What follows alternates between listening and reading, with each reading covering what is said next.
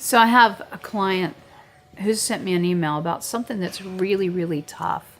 And I went and met her the next day because it's a big deal. She has an employee, and the employee's name is Jeannie. This is a consulting company. And some of her little facts are, Jeannie gets a specific number of hours to do this type of work. And a lot of her work is writing.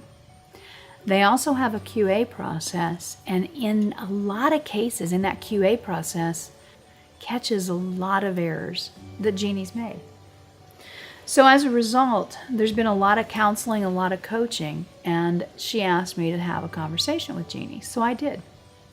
The conversation with Jeannie went like this.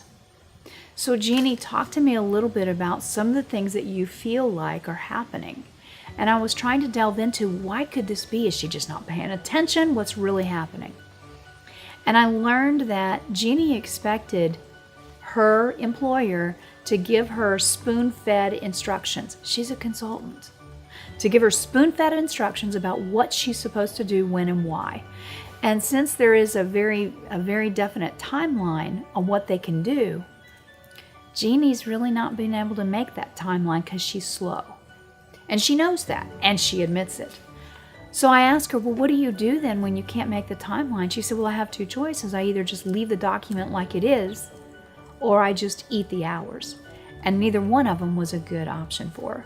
So in the QA process, they were finding lots of little notes that she'd make to herself in there, things that she said, ask the client about this, again, make to herself or to somebody else who's going to be speaking with the client. So it was a big issue.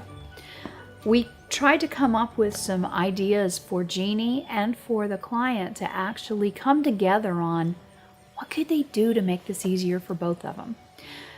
My client knows that if Jeannie loses her job, it's going to be a hardship on the family, and that is so difficult, which is why I went the next day after she talked to me. So as a result, when we started looking at everything got documented.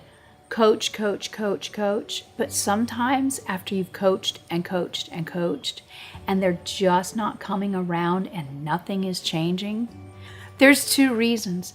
Either they just can't do it, they don't know how, no matter what, they do not have it in them to make that work, or they just don't want to. Unfortunately, in Jeannie's case, I think it was the former. She just didn't have it in her to get that right. Move in a time frame that was acceptable in a consulting world. And so what the end result is they said, we have to part ways, but we'll help you find a job and we'll be a great reference for you. Tough situation that we all face is, how do I do it? And I call it the coach or Cull.